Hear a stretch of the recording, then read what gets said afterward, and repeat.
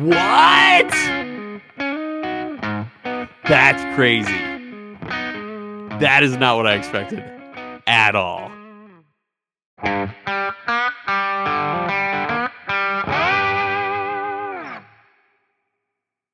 Guys, we are back. And we're back with the Reentry Buzz. We just recorded our Found North Batch 9 episode. Great whiskey. Check it out. Check it out if you haven't already seen it. But we are doing a Reentry Buzz. That's right. A blind tasting competition where we drink something. We have no idea what it is. We have over 150 samples in our pool that we could choose from. And so we really don't know what's put in there. That being said, we have a pour right in front of us. And that pour, we don't know what it is. I can somewhat smell it from here, but that's a rarity that I can smell it without sniffing it. Nosing it already. Long distance nosing. You know, that deserves points in itself. That should. I should win Matt Madness just for that. Yeah. But you know how it goes. We're going to take our guesses. We're going to take our notes. But before we do that, we're going to take one sip, and we're going to say, maybe how much would I pay for this based off that? So here we go. Sniff and sip. Sip and sip. Ooh. All right. Sniff is very telling. Yeah, there's a lot to say. Yeah. Holy guacamole, dude. Okay. All right. How much would you pay for this? I am in the as the finish goes, it's coming down actually. It's going down? As the finish goes, it's going down for me. Huh. I'll say 90. Huh. That's what I was going to say. Sweet. We beat in the middle. All right. Let's go to our break. We'll take our notes. We'll take our guesses, but we'll be right back.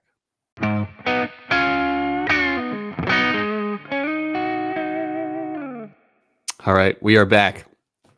I love this whiskey even more the more I drink it. I don't know about you, Bryan. Did it go up for you?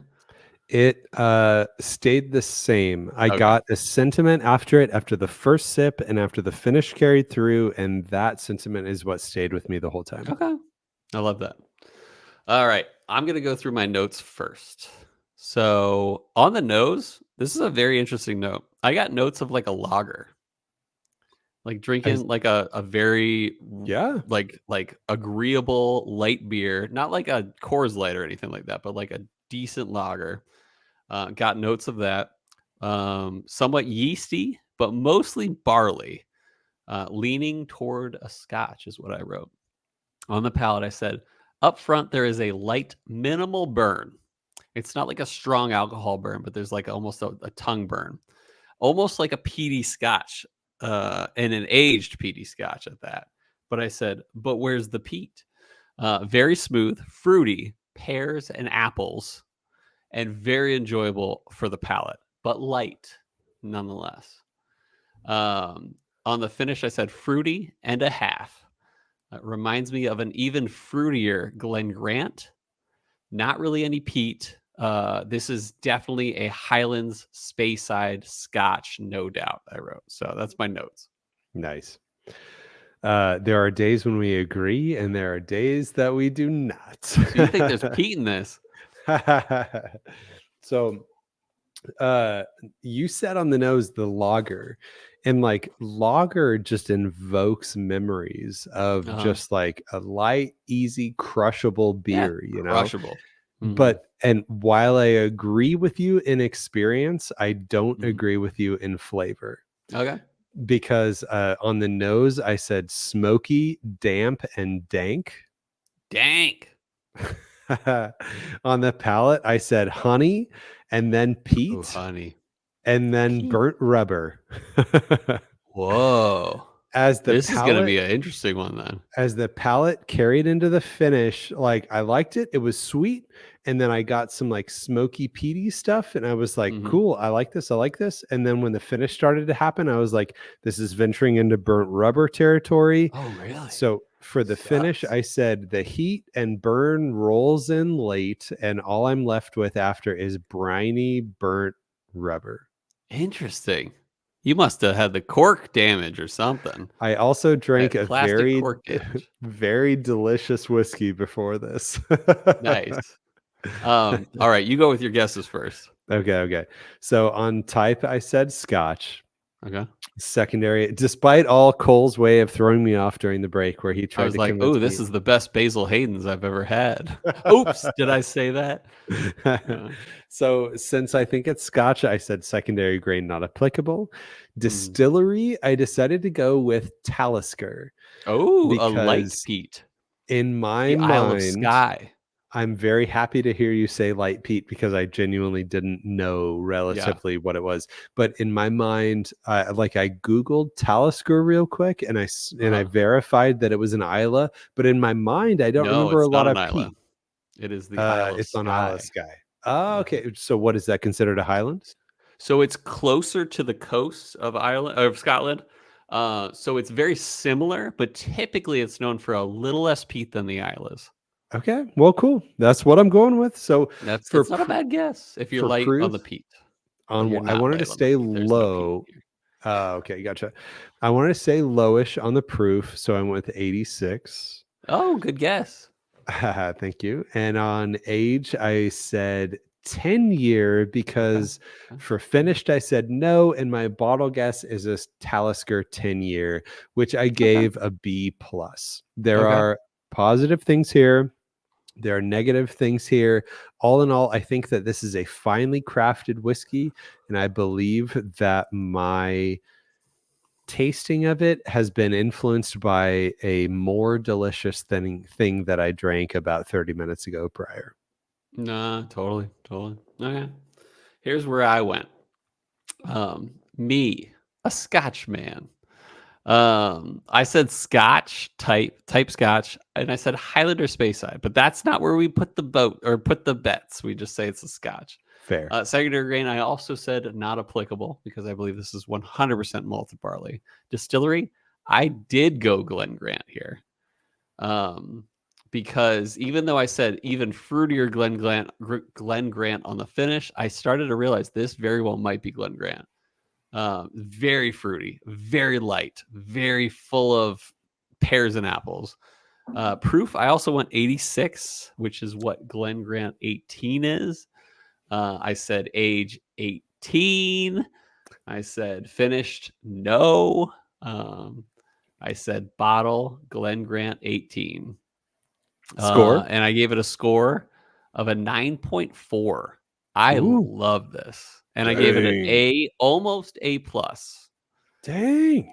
Yeah, I love I'm this. This is so impressed. fruity, so agreeable. There's nothing stopping this whiskey from being the most fruity, light fruity, white sugar fruity with pears and apples. It was one of the best. And so I love If Glen Grant. And I think if this is Glen Grant. So this is with that, not Glenn Grant, your score is so high that this speaks oh volumes yeah, for about whatever this 100%. is if it's not Glenn Grant. 100%. Yeah, I will Yeah. buy me a bottle of this if I don't already have one. You ready to pull it out? Floki? What? It says Yeah, yeah, yeah. Floki. Dude, I would No. buy some Floki if this were the case. All right, you Yeah. ready? Yep. What? That's crazy. That is not what I expected at all. So funny we meet in the middle a little bit. But Yeah. how about we don't say what it is and we'll be right back and we'll count the scores and we'll see how we did. All right, we'll be right back.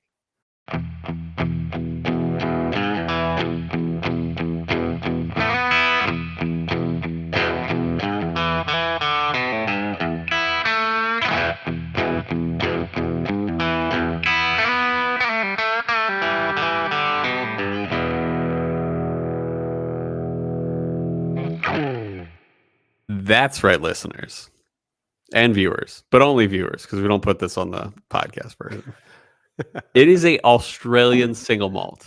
Fruity, peaty, slightly, and from Starward Distillery. So huge shout out to Starward Distillery that they said, like, I was loving it the whole time, and mostly convinced there was no peat involved in this whiskey.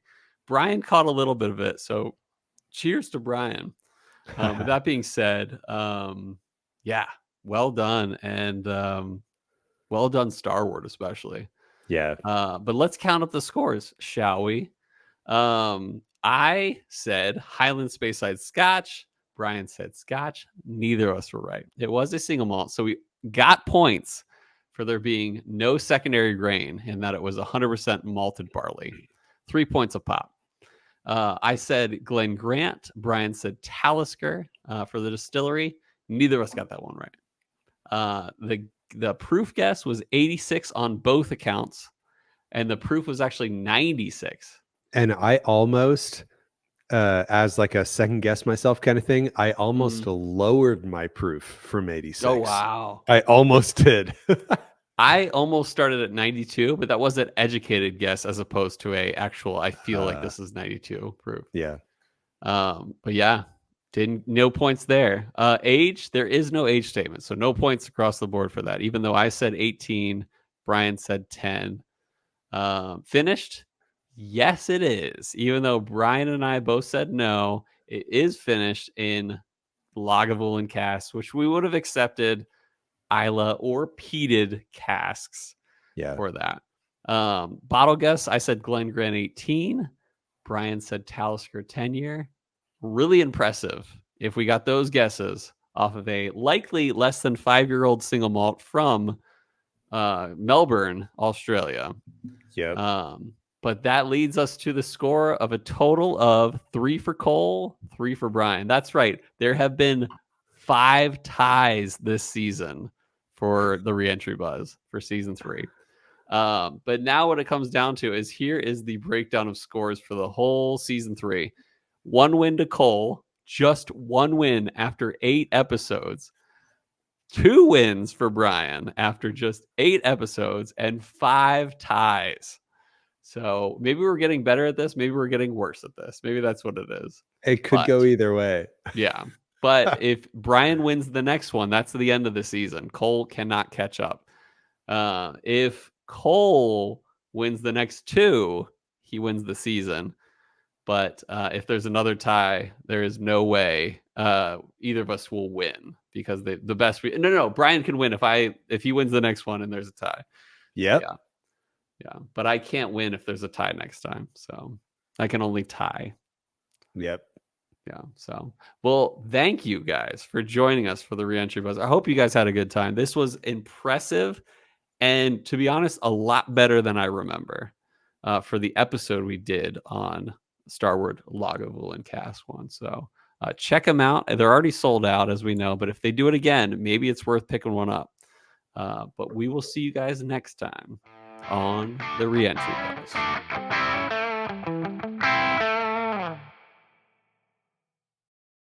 I was like, oh, this is the best Basil Hayden's I've ever had. Oops, did I say that?